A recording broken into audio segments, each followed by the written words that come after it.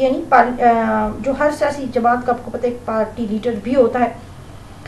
Conservative party کا جو leader ہے اس کے پاس وسیع اختیارات ہیں. اس کا انتخاب ہاؤس آف کامن کے اندر پارلیمنٹری پارٹی کرتی ہے اور الیکٹ ہو جانے کے بعد وہ اس وقت تک پارٹی کا قائد رہتا ہے جب تک کہ پارٹی اس پہ اعتماد کرے. دین پھر ہمارے پاس ہے لیبر پارٹی، دوسری بڑی جماعت.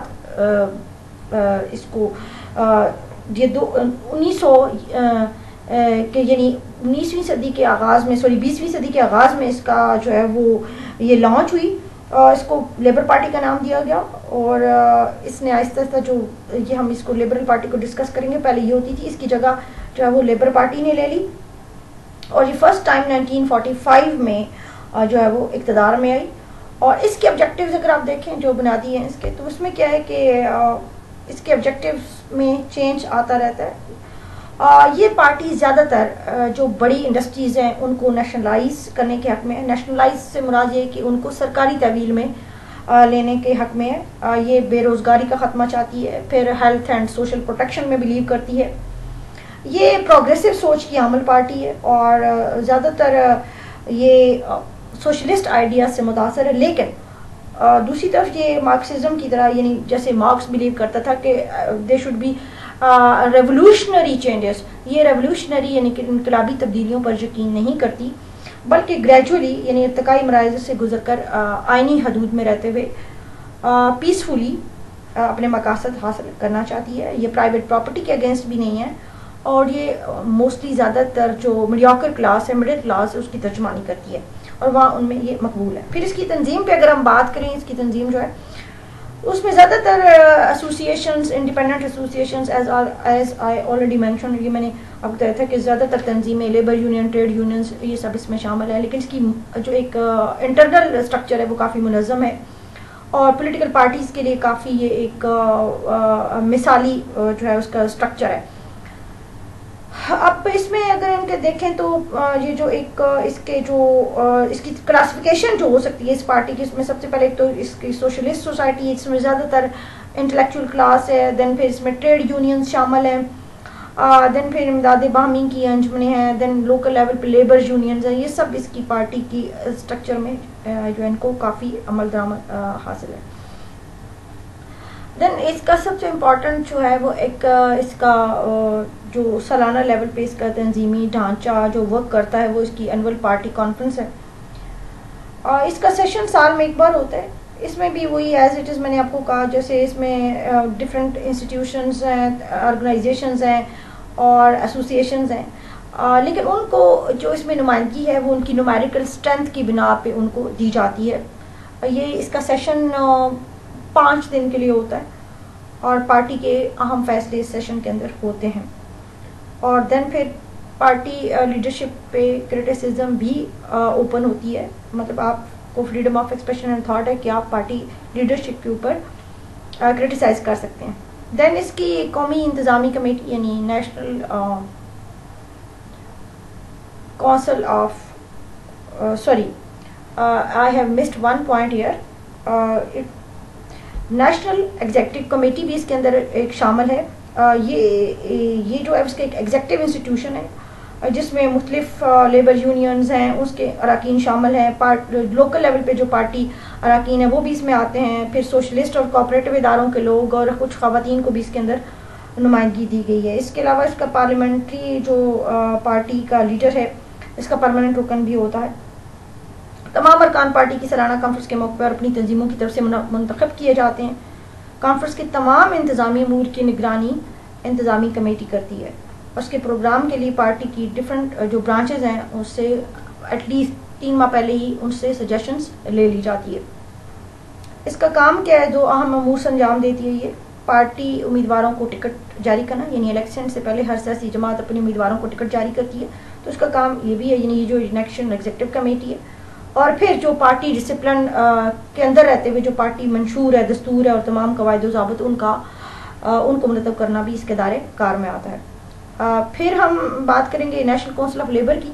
یہ جو میں نے آپ کے سامنے کہا، یہ بھی اس کا کام کیا ہے کہ مختلف حلقوں میں رابطہ برقرار رکھنا اس کے ذمہ ہے. اس کے اراکین جو ہیں یہ اس میں مزدور انجمنوں کے اراکین شامل ہیں، کوآپریٹو اداروں کے ہیں، نیشنل ایگزیکٹو کمیٹی کے ارکان ہیں، پارلیمنٹری لیبر پارٹی کے اراکین اس کے اندر ہیں، یہ سب اس کونسل کے اندر شامل ہے۔ ان کا کام کیا ہے کہ انتظامی کمیٹی کو مختلف امور کے اوپر مشورے دینا، اور اس کا سیشن بھی مہینے میں ایک بار ہوتا ہے۔ دین سینٹرل آفس، مرکزی دفتر اس سیاسی جماعت کا، اس کا بھی ایک اور تنظیمی ادارہ مرکزی دفتر ہے جسے آپ ٹرانسپورٹ ہاؤس بھی کہتے ہیں۔ اس کا کام انتخابات میں حصہ لینے کے لیے جتنے بھی انتظامات ہیں ان کا جائزہ لینا، ان کو مینیج کرنا، پھر اگین پارٹی جو مینیفیسٹو ہے اس کی پبلسٹی کرنا، منشور کی تشہیر کرنا، پارٹی پروگرام کو لانچ کرنا، اور ڈفرینٹ لوکل لیول پہ جو ریجنل لیول پہ اس کی سب برانچز ہیں ان کے ساتھ رابطہ کرنا اس میں آتا ہے دائرہ اختیار میں۔ پھر پارلیمنٹری پارٹی، یہ ان تمام لیبر اراکین پر مشتمل ہے جو پارلیمنٹ کے رکن ہوتے ہیں۔ یہ تنظیم اپنا قائد خود منتخب کرتی ہے جو اصل میں پارٹی کا ہی قائد ہوتا ہے، اور الیکشن جیتنے کی صورت میں وزیر اعظم اور دوسری صورت میں قائد حزب اختلاف کے فرائض سر انجام دیتا ہے۔ یہ جو پارلیمنٹری پارٹی ہے ویکلی اپنا سیشن کنڈکٹ کرتی ہے، اور اس میں زیادہ تر پالیسی میٹرز کو ڈسکس کیا جاتا ہے۔ Then comes Liberal Party. 20th century کے شروع میں جیسے میں نے آپ کو بتایا کہ برطانیہ کی دو بڑی سیاسی جماعتیں تھیں، کنزرویٹو پارٹی اور لبرل پارٹی، لیکن لیبر پارٹی 20th سینچری کے آغاز میں سامنے آتی ہے، اور اس کی وجہ سے لبرل پارٹی پس منظر میں چلی جاتی ہے، کیونکہ زیادہ اس نے اٹریکٹ کیا لوگوں کو، مزدور کلاس، ٹریڈرز اور درمیانے طبقے کے لوگوں کو کے لیے اصلاحات وہ چاہتی تھی، اس لیے زیادہ لوگ اس کی طرف مائل ہوئے، تو لبرل پارٹی پس منظر میں چلی گئی۔ اب بھی یہ پارٹی موجود تو ہے، کچھ نشستیں سے ملتی ہیں، لیکن گورنمنٹ بنانے کی پوزیشن میں یہ نہیں ہوتی۔ اس کے آبجیکٹیوز کو اگر آپ دیکھیں تو اس میں یہی ہے کہ یہ جی اس کے آبجیکٹیوز آپ کو کنزرویٹو پارٹی اور لیبر پارٹی کے درمیان ملیں گے، یعنی بڑا ماڈریٹ سائز کا طریقہ کار ہے۔ یہ بھی بے روزگاری کا خاتمہ چاہتی ہے، افراد کی آزادی یعنی اس پہ یقین رکھتی ہے، غربت اور جہالت کا خاتمہ چاہتی ہے، اور پھر برطانیہ کو ایک ویلفیئر اسٹیٹ بنانے کی حامی ہے۔ یہ بھی اوپن مارکیٹ اکانومی اور فری ٹریڈ اکانومی کے اوپر بلیو کرتی ہے، اکنامک ریفارمز کے اوپر یقین رکھتی ہے، سوشلزم کے اگینسٹ ہے یہ، لیکن یہ پروڈکشن کے اندر اضافے کے لیے چاہتی ہے کہ زیادہ سے زیادہ صنعتوں کو یعنی انڈسٹریز کو نیشنلائز کیا جائے، اور اس کا پروگرام بھی اوپن مارکیٹ، فری مارکیٹ اور سوشل معیشت جو ہے اس کے دونوں خصوصیات سے عبارت ہے۔ یعنی یہ میں نے جیسے پہلے کہا کہ یہ بڑی ماڈریٹ ہے، اس میں دونوں پارٹیز جو لیبر اور کنزرویٹو ہے اس کی خصوصیات اس کے آبجیکٹیوز میں شامل ہیں۔ آرگنائزیشن پہ ہم بات کریں تو اس کی جو آرگنائزیشن ہے وہ بھی کنزرویٹو پارٹی سے ملتی جلتی ہے، زیادہ تر یہ بھی مڈل کلاس کے اندر جو ہے وہ مقبول ہے، لیکن اس کے اندر بڑے بڑے سرمایہ دار بھی شامل ہیں جو ڈونیٹ کرتے ہیں، عطیہ دیتے ہیں، اور بزنس کلاس کی بھی ایک بڑی تعداد اس سیاسی جماعت کے ساتھ وابستہ ہے۔ یہ تو تھا آج کا ہمارا، جس میں ہم نے ان تینوں پولیٹیکل پارٹیز کا جو سٹرکچر تھا، اس کا جو نظریہ تھا اس کو دیکھا، ان کے آبجیکٹیوز، ان کے سٹرکچر، ان کو ڈسکس کیا۔ یہ ایک شارٹ سا بریف ویو تھا، تھارولی اگر آپ پڑھنا چاہیں تو different content, different type of content is available, اور آپ اس کو اسٹڈی کر سکتے ہیں، ان ڈیپتھ آپ اسٹڈی کر سکتے ہیں اس کو۔ یہ ہم ختم کرتے ہیں، نیکسٹ ہم جوڈیشری پہ بات کریں گے۔ تو keep on focusing your studies, your health, and think positively especially for Pakistan.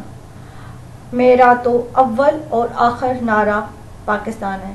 So if you are doing anything which is fruitful for Pakistan, of course you would be a very fruitful citizen. Otherwise you know very well what I am going to say. Thank you. Allah Hafiz. Pakistan Zindabad.